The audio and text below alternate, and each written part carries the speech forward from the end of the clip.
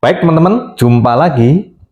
Nah, pada pertemuan kali ini kita akan membahas tentang kritik iklan urusan dengan perspektif retorika. Pada dasarnya, retorika ini digunakan dalam perspektif eh, teknik berbicara atau berpidato sehingga mampu mempersuasi audiens. Sebagaimana halnya Aristoteles dahulu, ya, melakukan retorika naratif sehingga membangun keilmuan yang ditemukannya, yaitu tentang etos, patos, logos.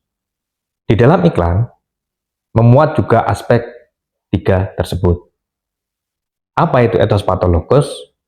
Etos, bagaimana iklan mampu menarik perhatian. Patos, bagaimana iklan membangun emosional audiens. Logos adalah bagaimana iklan kemudian membangun kepercayaan dan kemudian melakukan action atau tindakan. Nah, muatan-muatan tiga perspektif dari elemen yang diutarakan Aristoteles ini kita bisa gunakan untuk mengevaluasi, menganalisis, juga mengkritik terkait dengan iklan. Apakah iklan itu mampu menarik perhatian? Apakah iklan itu juga mampu membangun emosional?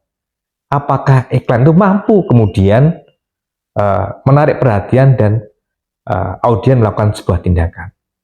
Nah, teman-teman bisa melakukan pilihan kajian atau praktek analisis dengan pendekatan Aristoteles ini pada komponen-komponen iklan atau kepada teks-teks iklan yang bertebaran di dunia digital ini.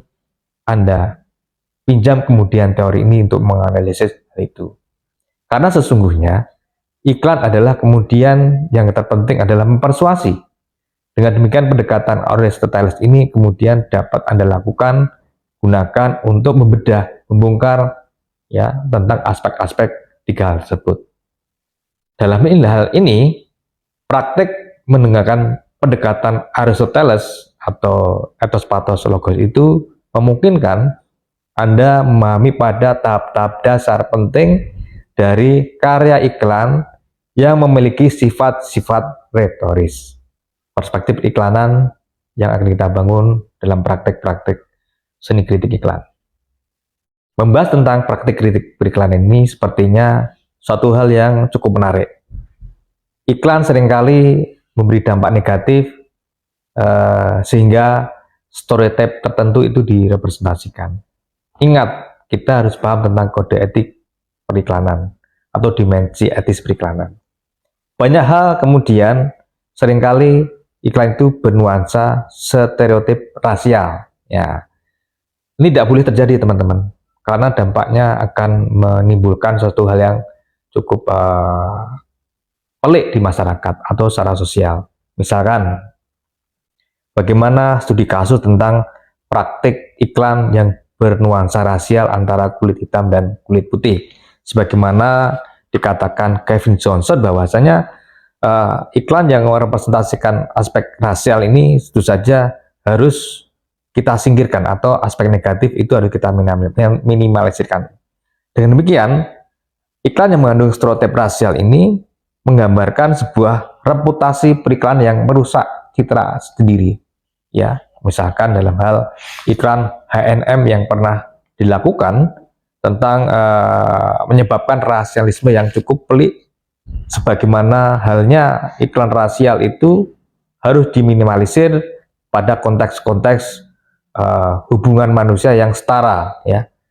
Sebagaimana kita lihat perjuangan teman-teman warga di Afrika, ya, antara Afrika Selatan, ya, itu tentang rasial kulit putih dan kulit hitam itu masih terjadi. Dan tidak hanya perkara kulit hitam dan putih, ya, barangkali tentang mendeskripsikan tentang nilai-nilai agama juga seringkali digunakan untuk memborbadir perspektif brainstorming, citraan-citraan yang tidak hanya produk tapi juga akan merugikan karena dampak sosialnya akan cukup signifikan di masyarakat. Dengan demikian, hubungannya dengan praktik kritik stereotip rasial dampak negatif itu ya tidak boleh terjadi.